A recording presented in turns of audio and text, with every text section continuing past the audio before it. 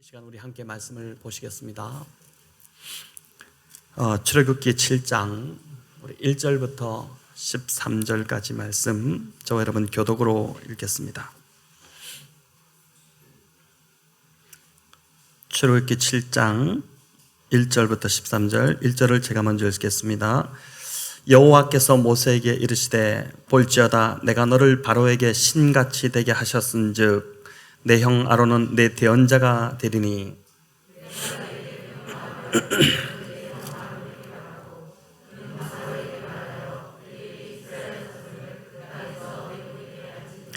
내가 바로의 마음을 완악하게 하고 내 표징과 이적을 애굽 땅에서 많이 행할 것이나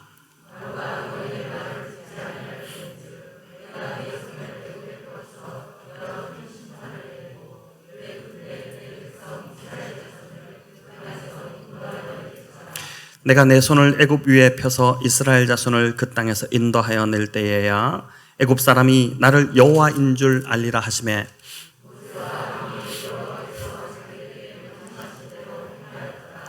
그들이 바로에게 말할 때에 모세는 80세였고 아론은 83세였더라. 바로가 너희에게 이르기를 너희는 이적을 보이라 하거든 너는 아론에게 말하기를 너의 지팡이를 들어서 바로 앞에 던지라 하라. 그것이 뱀이 되리라.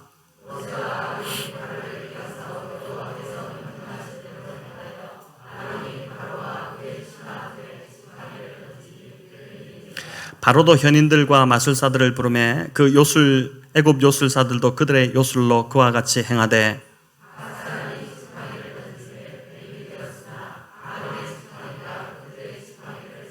함께 읽습니다. 그러나 바로의 마음이 완악하여 그들의 말을 듣지 아니하니 여호와의 말씀과 같더라. 아멘. 네, 오늘 읽은 본문을 가지고 하나님의 꿈이라는 제목으로 말씀을 전하겠습니다. 오늘은 이제 교회력으로 성령 강림 주일입니다. 칼럼을 통해 성령 강림 주일의 의미를 밝혀 놓았는데 읽어보시면 아마 도움이 되실 것 같습니다. 요엘서 2장에는 하나님께서 성령을 모든 사람에게 부어주실 때 일어나게 될 일을 기록하고 있습니다. 우리 현대인의 성경으로 요엘서 2장 28절을 같이 한번 읽어보겠습니다. 그 후에 내가 성령을 모든 사람에게 부어주겠다. 너희 자녀들은 예언할 것이며 너희 노인들은 꿈을 꾸고 너희 청년들은 환상을 볼 것이다. 아멘. 자, 사도행전 저자인 누가도 바로 이 요엘서 이 구절을 다시 인용하고 있는데 성령이 사람들에게 오시면 이제 이런 일들이 일어나게 된다는 것입니다. 성령을 받은 사람들은 어린아이건 젊은이건 노인이건 관계없이 가만히 있을 수 없다는 것이죠. 더 이상 이전처럼 살 수 없고 새로운 삶이 성령을 받은 자들 안에서 시작된다는 것을 말하고 있습니다. 자, 그런데 여기 보니까 노인들이 뭐라고 합니까? 꿈을 꾼다고 그렇게 되어 있죠. 꿈은 청소년이나 또 청년들이 꾸는 걸로 알고 있는데 이 말씀은 노인들이 꿈을 꾼다 이렇게 말씀하고 있습니다. 아니, 다 늙어서 무슨 꿈을 꾼나 이런 생각이 들지만 왜 성령이 오시면 노인들이 꿈을 꾼다고 이 말씀이 그렇게 하고 있을까요? 제가 어제 이 구절을 가만히 좀 묵상하면서 든 생각은 이런 것입니다. 노인들은 지금까지 이제 그 인생을 살아오시면서 꿈을 꾸고 그 꿈을 이루며 살아온 분들입니다. 그런데 그 꿈은 대부분 이제 자신을 위한 꿈이었을 것입니다. 자신이 하고 싶은 일, 이루고 싶은 삶을 위한 꿈이었겠죠. 그리고 이제 나이가 들어서는 더 이상 꿈을 꾸기보다는 젊을 때 꾸었던 그 꿈, 또 자신이 이룬 꿈의 혜택을 이루며 살아가고자 할 것입니다. 그런데 성령이 오시면 노인들도 다시 꿈을 꾸게 된다는 것이죠. 그 꿈은 젊을 때 꾸었던 꿈과는 다른 꿈입니다. 자신이 이루고 싶은 꿈, 또 자신이 추구하고 싶은 삶을 꿈꾸는 것이 아닙니다. 또 노후에 안정적이고 평안한 삶을 살고자 하는 꿈도 아닙니다. 성령이 오셔서 노인들이 다시 꾸게 되는 그 꿈은 바로 하나님의 꿈이고 그리고 자신의 뜻이 아닌 하나님의 뜻을 이루며 말씀을 이루는 그 꿈을 꾸게 된다는 것이죠. 성도 여러분, 저와 여러분은 이제 이미 예수님께서 성령으로 우리 안에 거하고 계십니다. 구약의 성도들이 그렇게 바랐던 그 성령이 이미 우리 안에는 와 계십니다. 자, 그렇다면 정말 이 말씀대로 지금도 여러분 꿈을 꾸고 계십니까? 아니면 하루하루 그냥 꿈이 없이 그럭저럭 살아가고 있지는 않으십니까?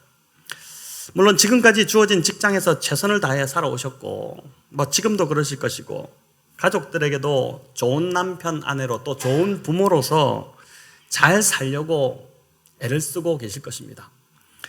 또 안정된 노후를 위해 이런저런 준비도 하고 있을 것입니다. 하지만 성령을 받은 자로서 성경이 말씀하고 있는 이 꿈을 여러분 꾸고 있으십니까?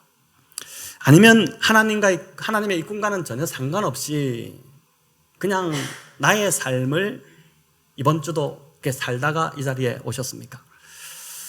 나이가 들어도 여전히 꿈이 있고 꿈을 꾼다는 것은 삶을 설레게 하고 삶에 생기를 주는 그 즐거운 일인데 여러분 그런 꿈을 지금 꾸고 있으십니까? 오늘 저는 출애굽기 7장을 통해 이제 나이가 들어도 여전히 저와 여러분이 성령 안에서 꾸어야 할 이 성경이 말씀하고 있는 그 꿈이 무엇인지 또 그 꿈을 내 삶에서 어떻게 이루어갈 수 있는지를 함께 살펴보고자 합니다. 출애굽기 7장에는 하나님의 꿈이 담겨 있습니다. 하나님의 꿈이 무엇인지를 보여주는데 그 꿈은 두 가지인데 첫 번째는 이스라엘 백성들을 출애굽시켜 아브라함에게 약속하셨던 그 가나안 땅, 하나님이 약속으로 주시기로 한 그 가나안 땅으로 인도해 내는 것, 그게 우리 하나님의 첫 번째 꿈이시고, 두 번째는 이 일을 함을 통해서 하나님이 어떤 분이신지, 하나님의 그 하나님 되심을 애국과 온 열방 가운데 다 드러내시고자 하는 것, 그것이 이제 하나님의 꿈입니다. 자, 그런데 하나님께서 이 하나님의 꿈을 이루시는 방법이 좀 특별합니다. 혼자 하시지 않고 사람과 함께 협력하시고자 하는 것입니다. 하나님이 힘이 부족해서 사람과 협력하시려고 하실까요? 아니요. 하나님은 혼자서도 충분히 이 꿈을 이루실 수 있는 분이십니다. 열왕기하 19장에 보면 여호와의 사자가 하룻밤에 아시리아 군대 18만 5천 명을 완전히 몰살시키는 그러한 내용이 나옵니다. 하나님께서 바로와 애굽의 이 군대도 마음만 먹으시면 혼자서 충분히 그렇게 하실 수 있는 그런 능력과 힘이 있으시죠. 하지만 하나님께서는 모세와 아론을 부르시고 그 꿈을 이제 하나님의 그 꿈을 보여주시고 그리고 그들과 함께 이 꿈을 이루어 가시는 방법을 선택하셨습니다. 모세와 아론에게 하나님의 꿈을 보여주심으로 하나님의 꿈이 이제 그들의 꿈이 되게 하시고 그래서 하나님과 협력하여서 그 꿈을 이룰 수 있도록 그 삶으로 이제 모세와 아론을 부르시는 것입니다. 자, 왜 이렇게 하실까요? 자신의 꿈이 아닌 인간 개인의 꿈이 아닌 하나님의 꿈을 꾸며 그 꿈을 이루어가는 삶이 사람들에게는 가장 행복하고 그 즐겁고 복된 삶이라는 것을 하나님께서 잘 아시기 때문에 지금 이렇게 하시는 것입니다.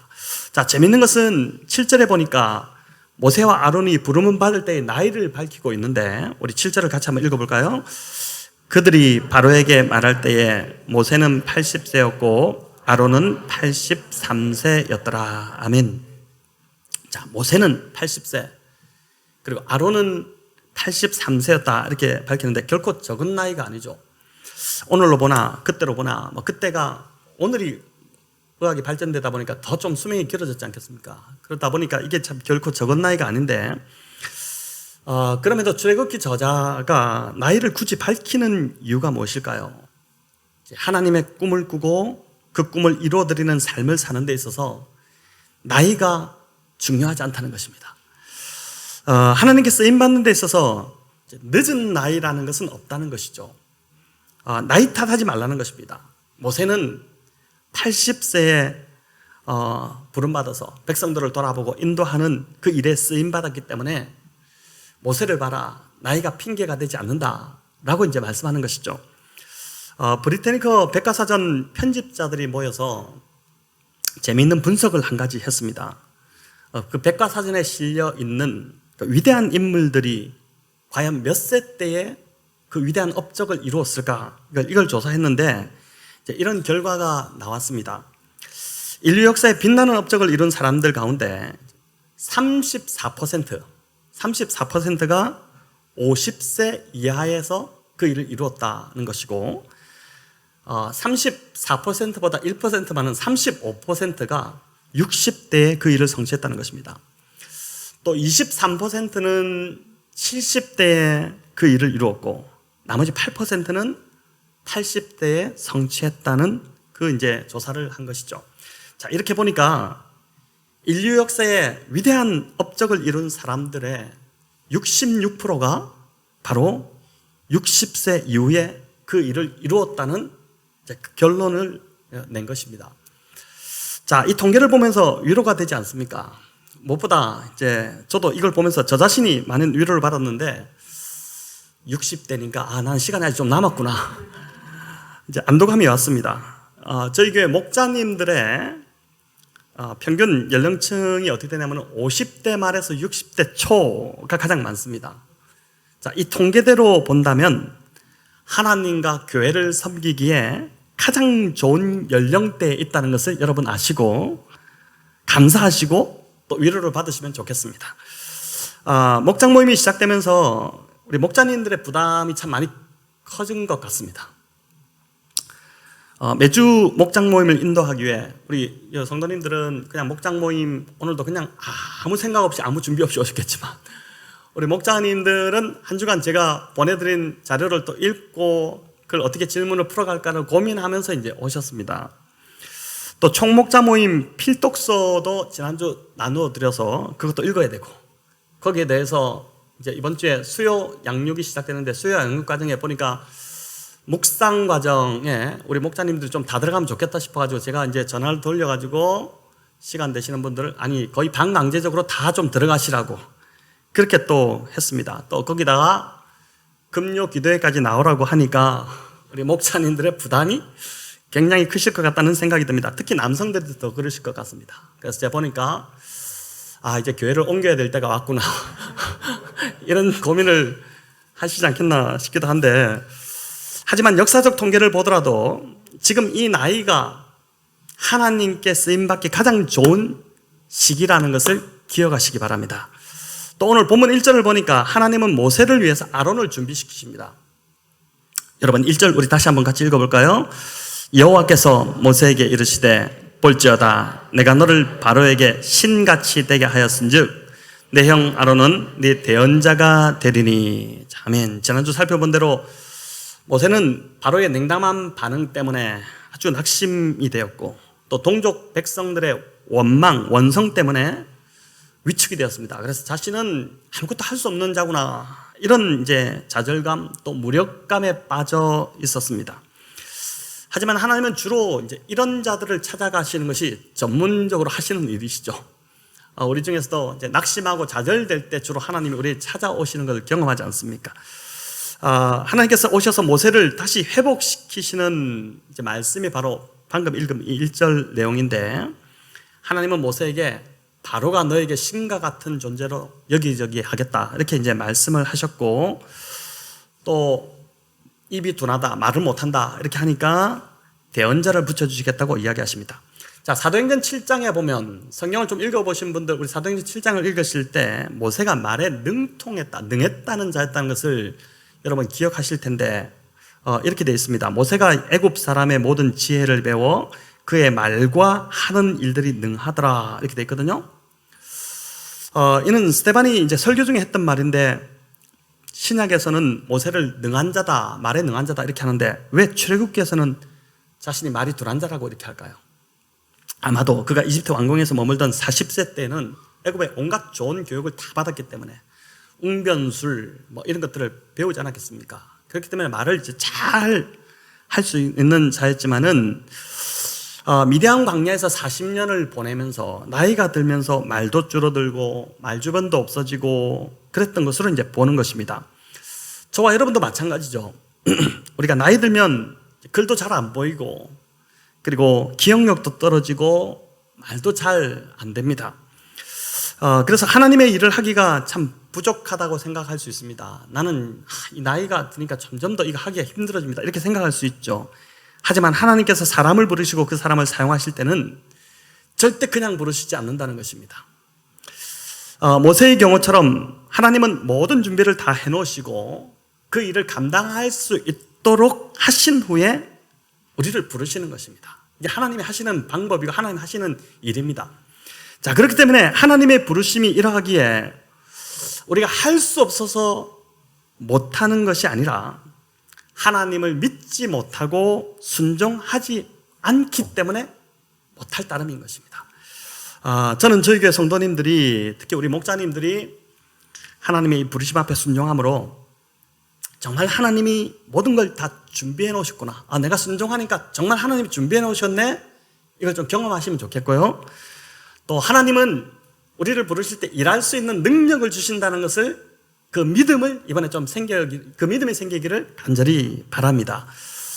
이제 하나님의 꿈이 무엇인지를 살펴보고자 하는데, 먼저 4절 5절을 우리 같이 한번 읽어보겠습니다. 바로가 너희의 말을 듣지 아니할 터인즉 내가 내 손을 애굽에 뻗쳐 여러 큰 심판을 내리고 내 군대 내 백성 이스라엘 자손을 그 땅에서 인도하여 낼지라. 내가 내 손을 애굽 위에 펴서 이스라엘 자손을 그 땅에서 인도하여 낼 때에야 애굽 사람이 나를 여호와인 줄 알리라 하시매. 아멘. 자, 이 구절에 보니까 하나님의 선하신 꿈이 들어 있습니다. 자, 앞에서 말씀드렸듯이 첫 번째 꿈은 자기 백성을 애굽 땅에서 인도하여 내시는 것입니다. 억압받고 있는 땅, 무거운 짐을 지우는 땅, 학대하고 올가매고 무시하는 이 땅에서 하나님께서 자유의 땅으로 불러내시는 것이죠. 두 번째는 그렇게 인도해 내실 때 애굽 사람에게 하나님이 어떤 분이신지를 알리는 것입니다.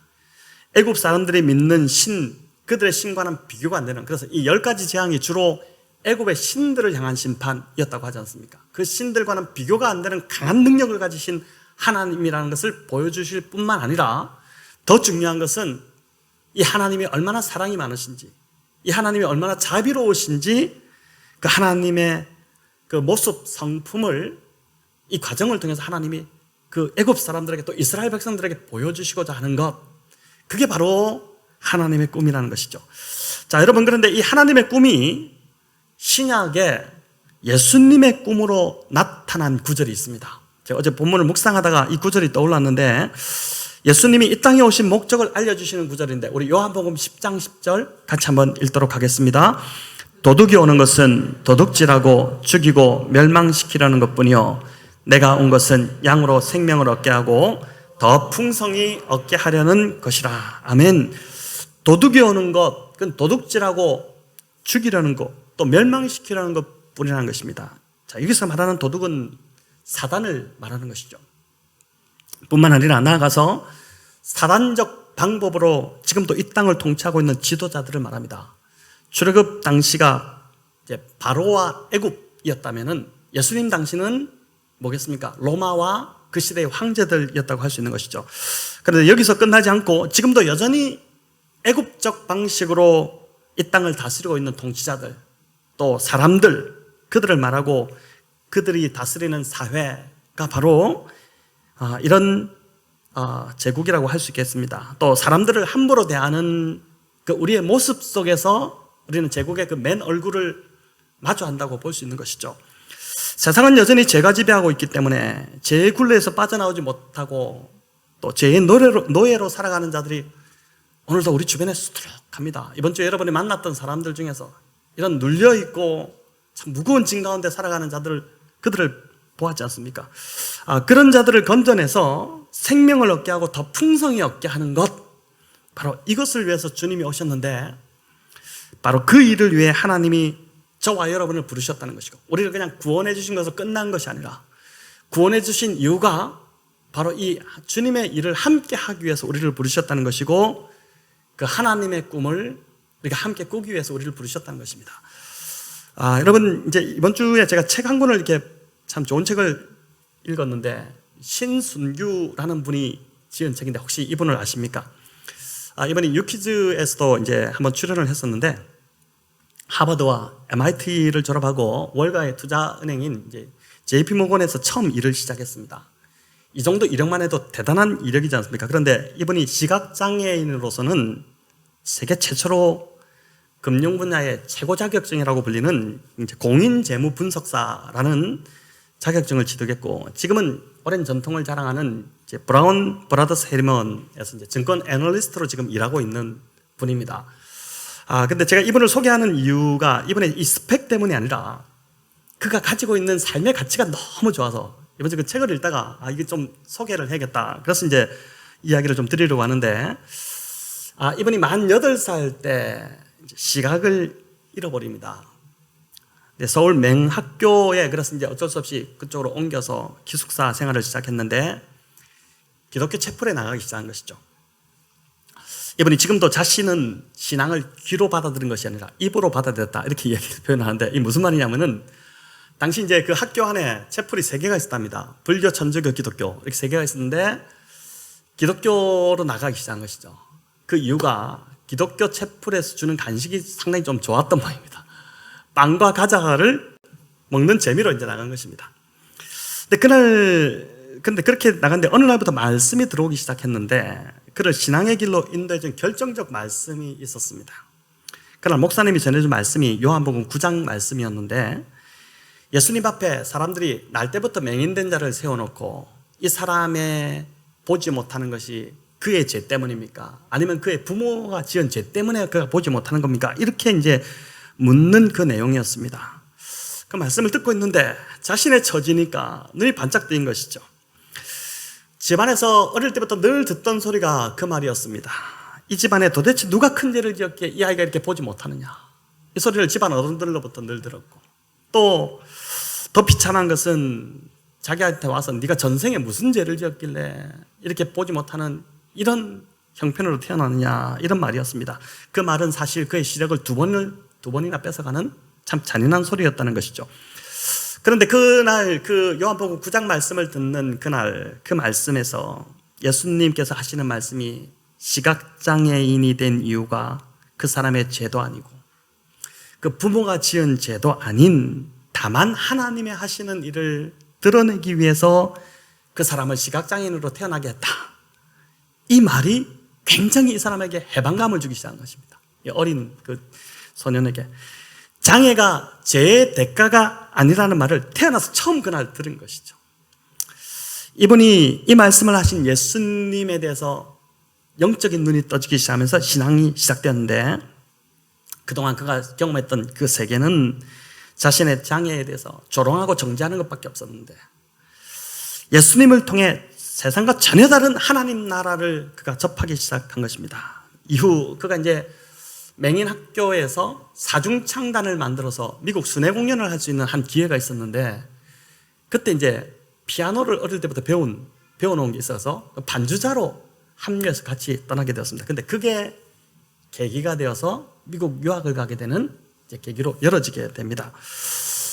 눈 감으면 보이는 것들, 책 제목이 그런데 이번 책을 이번 주에 한번 꼭 사서 좀 읽어보시기를 권하는데, 어둠에서 그가 빛으로 나가게 된 그의 인생 여정들을 보니까 곳곳에 하나님의 은혜가 있음을 보게 됩니다.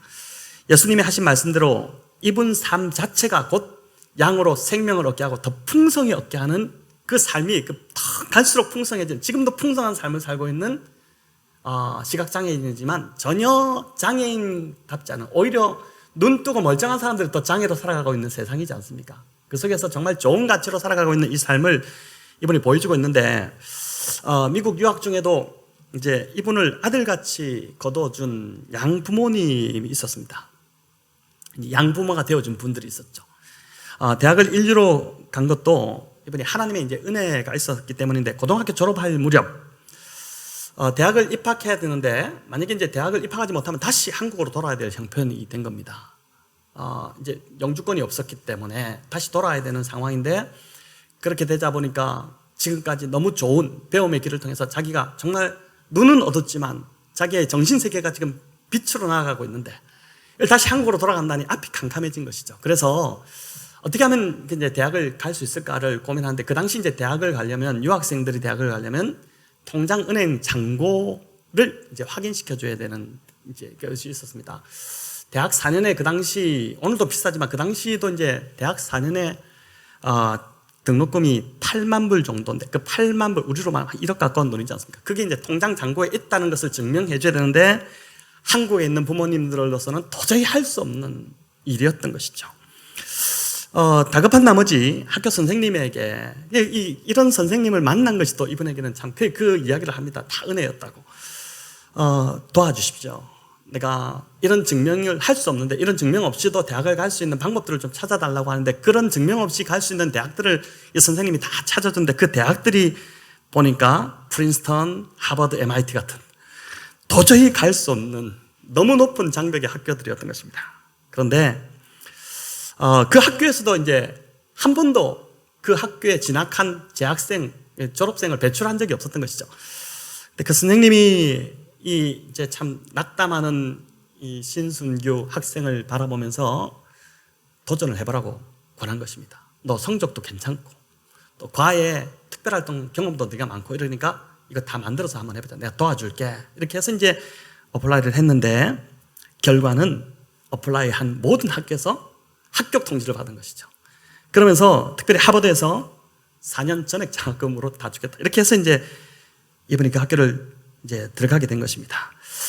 장애물, 대단한 장애물이 있었지만 그거를 호기로 바꿔내는, 좋은 기회로 바꿔내는 이제 그런 상황인데, 이 모든 것이 이분이 자신의 힘으로 한 것이 아니라 자신을 도와주는 사람들, 그 사람들을 붙여주시고 이끌어주시는 하나님의 은혜가 없었으면 도저히 할 수 없었다, 이렇게 하는 것이죠. 오늘 나누고자 하는 이분의 이야기가 이제 이것인데, 이분이 40이 될 때, 미국은 더 빅 40라 해가지고 이제 40이 되는 그 해를 좀 특별하게 생각을 하는데, 그때가 2007년 1월이었다고 합니다. 40이 되는 자기 생일 그의 새벽에 이분이 하나님 앞에 자신을 40년을 돌아봤는데 그렇게 감사가 나올 수밖에 없더랍니다. 이분이 이제 불치의 병이 뭐냐면은 고쳐지지 않는 불치의 병이 감사병이라고 그래요. 이분 삶이. 그러니까 이제 그렇게 긍정적이겠죠, 삶이.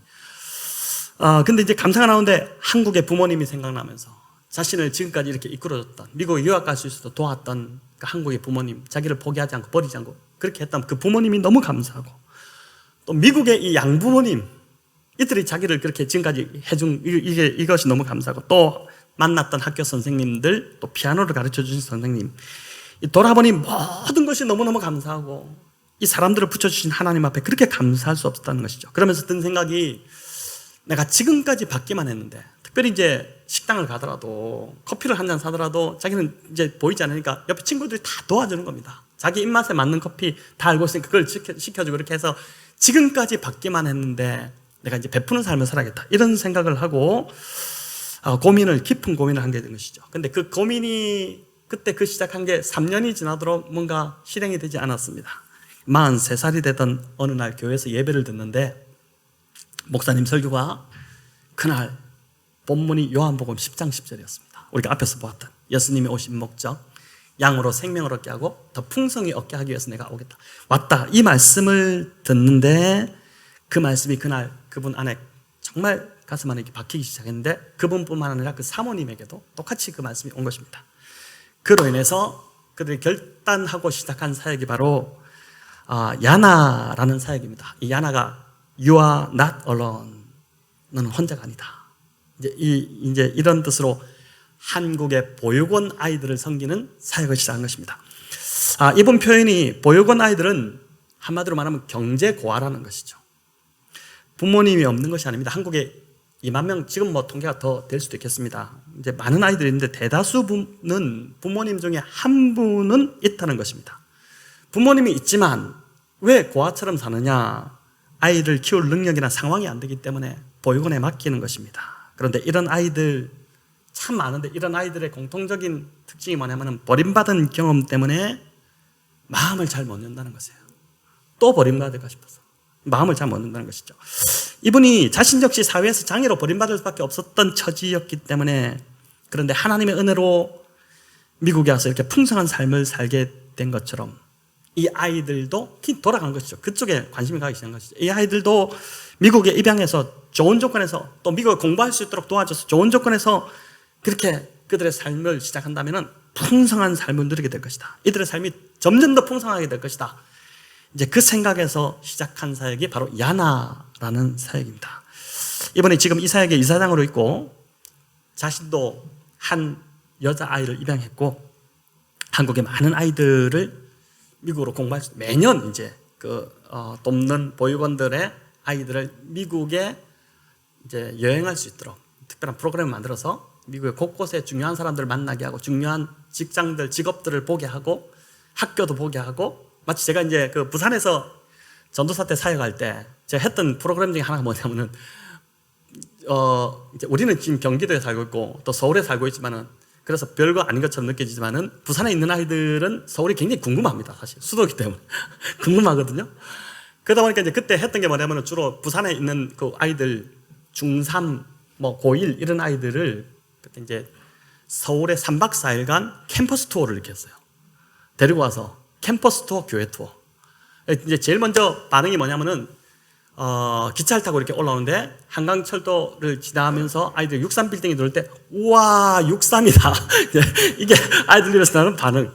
이제 우리는 그게 당연하고 뭐 그렇겠지만은 그런 것이죠. 근데 이제 마치 그와 같이 미국의 아이들을 불러서 시야를 열어줌으로써 아이들로 하여금 격려하고 신뢰를 주고 그래서 또 연결해서 미국에서 공부할 수 있도록 하는 자꾸 이제 새로운 풍성한 삶을 열어주는 주님의 꿈, 주님의 사명을 이 사람이 지금 그 일을 행하고 있는 것이죠.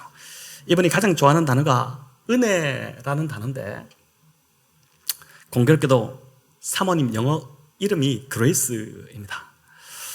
이분이 이제 우리 신앙에 여러 가지 단어들이 있고 용어들이 있지 않습니까? 근데 그 많은 뭐 있지만은 그 중에서 가장 은혜를 좋아하는 이유는 자신이 바로 자격이 되지 않고 조건이 되지 않는 도저히 그런 은혜를 받을 자격이 안 되는데 그 혜택을 받은 그게 너무 좋았기 때문에 은혜를 가장 좋아하고 여전히 은혜 받을 수 없는 그런 자격과 조건이 안 되는 자들 그 아이들에게 그 혜택을 주는 그 사역을 지금 하고 있는데 가족 사진을 한번 보여주시기 바랍니다. 네, 인상이 참 좋으시죠 이번에. 왼쪽에 있는 여자아이가 이제 예진이라는 아이인데 마음으로 낳은 입양한 딸입니다. 참 얼마나 예쁩니까? 그 아들은 이제 두 분 사이에서 낳은 아들이고 이렇게 됐죠. 여러분 저 참 보니까 복음이 어떻게 한 사람의 인생을 바꿔놓을 수 있는지 이분의 삶이 그걸 지금 보여주고 있는 것이죠. 이처럼 하나님의 꿈, 또 우리 주님의 꿈은 이렇게 속박과 굴레에 갇혀 있는 자들을 자유케 하는 것이고 그들에게 풍성하고 더 풍성한 삶을 가져다 주는 것. 우리가 이 땅에 살아가는 그 삶이 정말 풍성한 삶이 되게끔 하는 것, 바로 그게 이제 주님의 꿈인 것입니다. 하나님은 이 꿈을 모세와 아론이 함께 꾸기를 바라셨고 또 저와 여러분이 그 꿈에 동참하기를 오늘도 바라신다는 것을 여러분 꼭 기억하시기를 바랍니다. 이어지는 8절에서 13절을 보면 이제 아론이 바로 앞에서 기적을 행하는 장면인데 지팡이를 던지자 뱀이 됩니다. 그런데 바로가 그걸 딱 보더니 애굽의 요술사들을 부르죠. 그들도 지팡이를 던지자 똑같이 뱀이 되었습니다. 그런데 이것은 이제 진짜 지팡이가 뱀이 된 것이 아니라 사람의 눈가림으로 마술을 한 것에 불과하죠. 뭐 지팡이를 어떻게 집어넣고 뱀을 한 마리 끄집어내서 뱀이 된 건데, 근데 놀라운 것은 12절을 보니까 아론의 지팡이가 그들의 지팡이를 삼켜버립니다. 자, 여러분 애굽에서 뱀은 뭘 상징하는지 아십니까? 바로를 상징합니다. 바로의 수호신이 이 뱀입니다. 애굽의 바로 바로들이 쓰던 그 왕관에 보면 뭐가 붙어 있으면 코브라 이제 어떤 문양이 이렇게 붙어 있습니다. 수호신이죠. 그렇게 지금 아론의 지팡이가 변한 뱀이 애굽의 술사들의 뱀을 삼켜버렸다. 이것은 여호와 하나님과 바로의 대결은 하나님께서 바로를 삼키심으로 끝나게 될 것이라는 것을 이제 미리 알려주는 것입니다. 10가지 재앙이 시작되기도 전에 이미 하나님은 이 싸움이 승리한 싸움이 될 거라는 것을 바로와 아론에게 확신시켜 주신 것입니다. 여러분, 겉으로 보기에는 구별이 잘 안 가는 똑같은 현상입니다. 아론도 지팡이를 뱀으로 만들었고 애굽의 술사들도 똑같이 그렇게 했습니다. 그러나 그 내면의 동기는 완전히 다릅니다. 모세와 아론은 이 기적을 통해서 바로를 정신 차리게 만들고, 그리고 백성들을 구원해내려고 하는 것, 백성들을 억압과 그 속박에서 건져내려고 하는 것이 목적이었다면, 애굽의 술사들은 바로가 힘이 있다는 것, 그리고 자신들도 이런 능력을 행할 줄 안다는 걸 과시하기 위해서 이런 이제 능력을 보이는 것이죠. 하나님을 높이는 것과 바로를 높이는 것의 차이, 이 목적이 너무나도 다른 것입니다. 오늘 이 말씀을 통해 하나님께서는, 저와 여러분을, 우리 주님께서는 바로 하나님의 꿈, 우리 주님의 꿈을 꾸도록 초청하신다고 저는 믿습니다.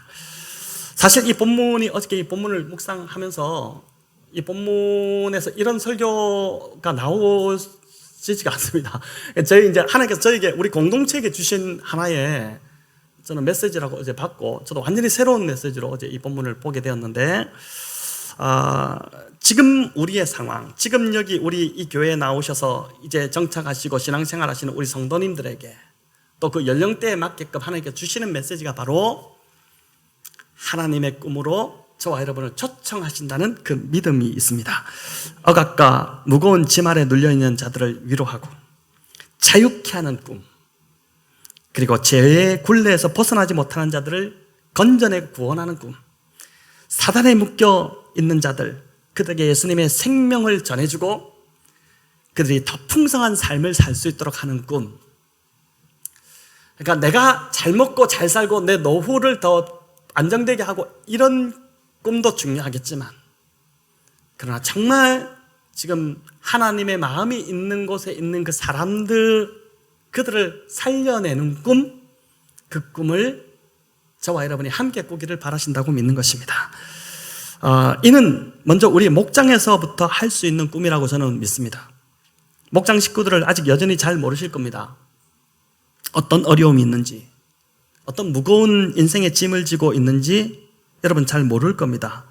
이제 점점 더 우리 속마음을 좀 열어가는 그런 목장이 되면 좋겠습니다.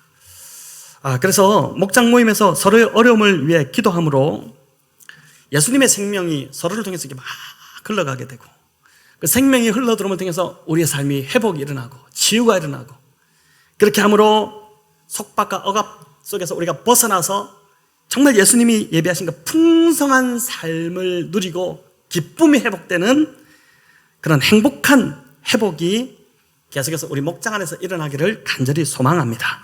여러분, 이렇게 회복된 목장은 반드시 세상을 치유할 힘을 가지게 될 것이고, 세상을 고치고 회복시키는 그 일에 하나님께서 그 목장을 사용하실 줄을 믿는 것입니다. 또 하나, 여러분, 이 일을 하는 우리의 동기를 늘 점검하시기 바랍니다. 애굽의 술사들처럼 바로를 과시하고 자기를 높이고 드러내기 위해서 하는 것이 아니라 하나님이 어떤 분이신지를 드러내고, 그리고 하나님을 높이는 우리의 섬김이 되기를 바랍니다. 오늘 성령 강림주일인데, 여러분, 이 말씀 앞에서 나의 꿈이 아닌 이제는 하나님의 꿈을 꾸는 성도들 되시기를 축원합니다.